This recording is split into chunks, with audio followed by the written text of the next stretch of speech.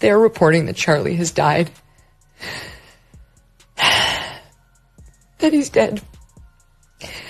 At the age of 31.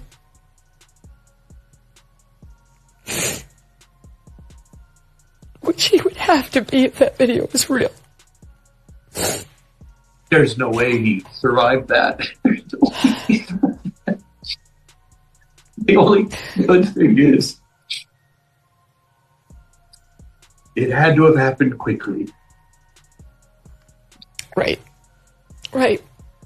The scroll stopped, the noise went quiet, and an entire country said the same shocked sentence at once. Charlie Kirk is gone. Not hospitalized. Not rumored. Gone. After a single shot turned a campus event in Orem, Utah, into a crime scene on September 10th. The details are still settling like dust in a gymnasium after the stampede, but the core is confirmed.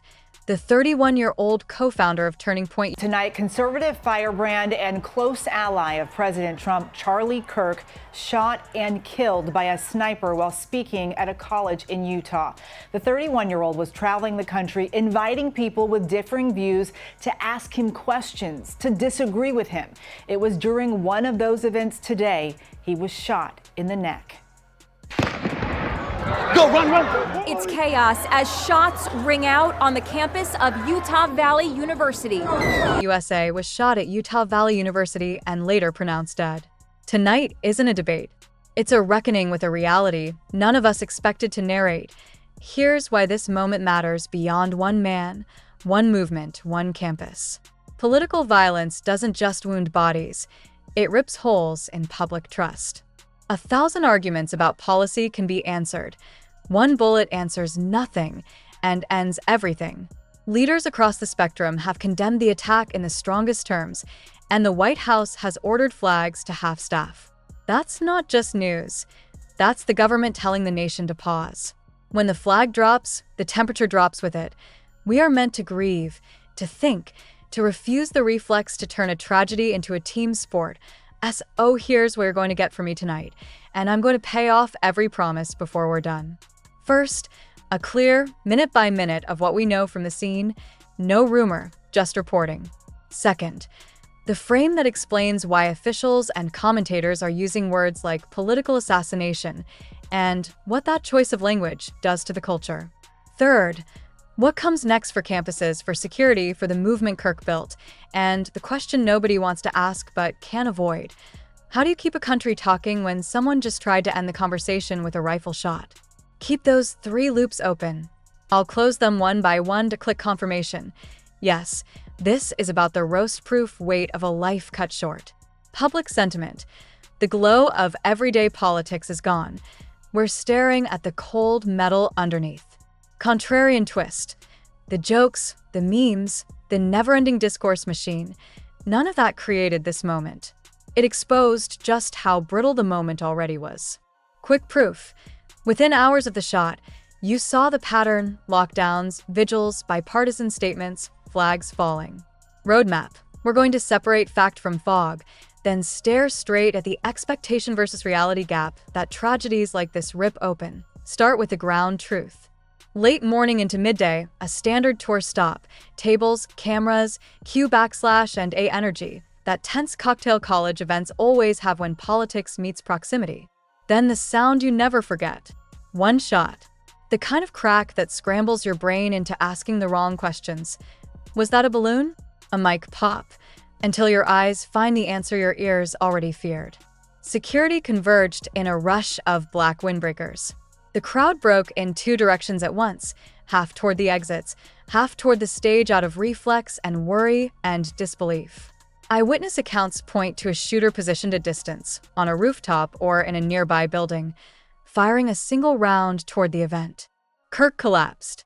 His team moved him with that grim, practiced urgency that tells you they've rehearsed for everything and still weren't ready for this. Ambulance. Hospital. Critical. And then the word you can never unhear. Deceased on the law enforcement side. The first phase looked like every American nightmare's opening act. Conflicting details under stress. A person of interest reportedly detained. Simultaneous statements from state officials and public safety officers that didn't agree on whether a suspect was in custody or still at large. Federal agencies looped in almost instantly. That's the bureaucratic way of telling you this won't be a local case with a quiet conclusion. This will be a national story with a long shadow. The motive is unknown. The investigation is ongoing. And yet the country did what it always does in the vacuum of certainty. It filled the air with grief first, and then with questions, context, application, framing, the value loop, because we don't just list facts, we explain what they do. Context, a free speech-style campus stop in Utah, a figure whose brand was built on confrontation through conversation. Application, a single shot turns a prove me wrong afternoon into proof that culture can snap. Framing, expectation versus reality. Students anticipated verbal fireworks under fluorescent lights. Instead, a governor used the phrase political assassination, and the White House lowered the flag. The delta between lively debate and national mourning is the entire story. Now the strongest point, the language. Words matter on nights like this. When leaders step to microphones and say assassination, that is not flair, it's a choice.